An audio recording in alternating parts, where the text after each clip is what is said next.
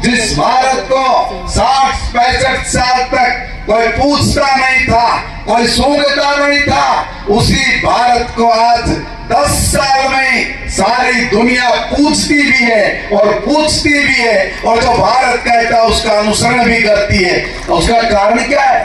कारण ये कि कमी किसी चीज की थी नहीं, प्रतिभा हमारे पास, सब तरह की सोच हमारे पास, सारी दुनिया के अनुसंधानों का केंद्र कभी भारत रहा था। उस भारत को कहीं से नेगलेक्ट कर दिया, उसको हटा दिया, उसको पुनर्स्थापित कर दिया, और पुनर्स्थापित करने के बाद जो भारत के नए नए साइंटिस्टों ने अपना काम करके दिखाया, सारी दुनिया ने जीभ के नीचे, अपनी दांत के नीचे अपनी उंगली दबा ली। और वो उंगली इसलिए दबाई कि वो तो सोच नहीं सकते थे कि भाई ये भी कोई काम हो सकता है। वो तो ये सोचते थे कि जैसा भारत को बोलेंगे वैसा भारत करेगा।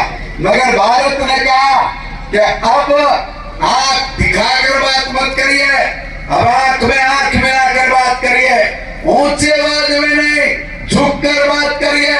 अरे भारत सबसे ज्यादा युवा देश है, और सबसे ज्यादा युवा देश के पास सबसे ताजा दिमाग है, और उस ताजे दिमाग के साथ हम नए अनुसंधान करेंगे, और नए अनुसंधानों के साथ भारत को दुनिया में खड़ा करने की हमारी हैसियत है। उस हैसियत को पहचान कर एक निर्णय लिया और संकल्प लिया, और संकल्प की समय सीमा तय कर दी।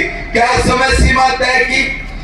कि भाई जब हम लोग अपनी आजादी का 100वां साल बना रहे होंगे, यानी 2047 तक भारत दुनिया का सबसे ताकतवर देश बन चुका होगा। यह हमारा संकल्प है, और इस संकल्प को सिद्धि तक लेके जाने के लिए आप सबकी आवश्यकता है। हम अपने ये 20-22 साल जो हमारे सामने, इन 20-22 सालों में हम अपने इन 2 आंखों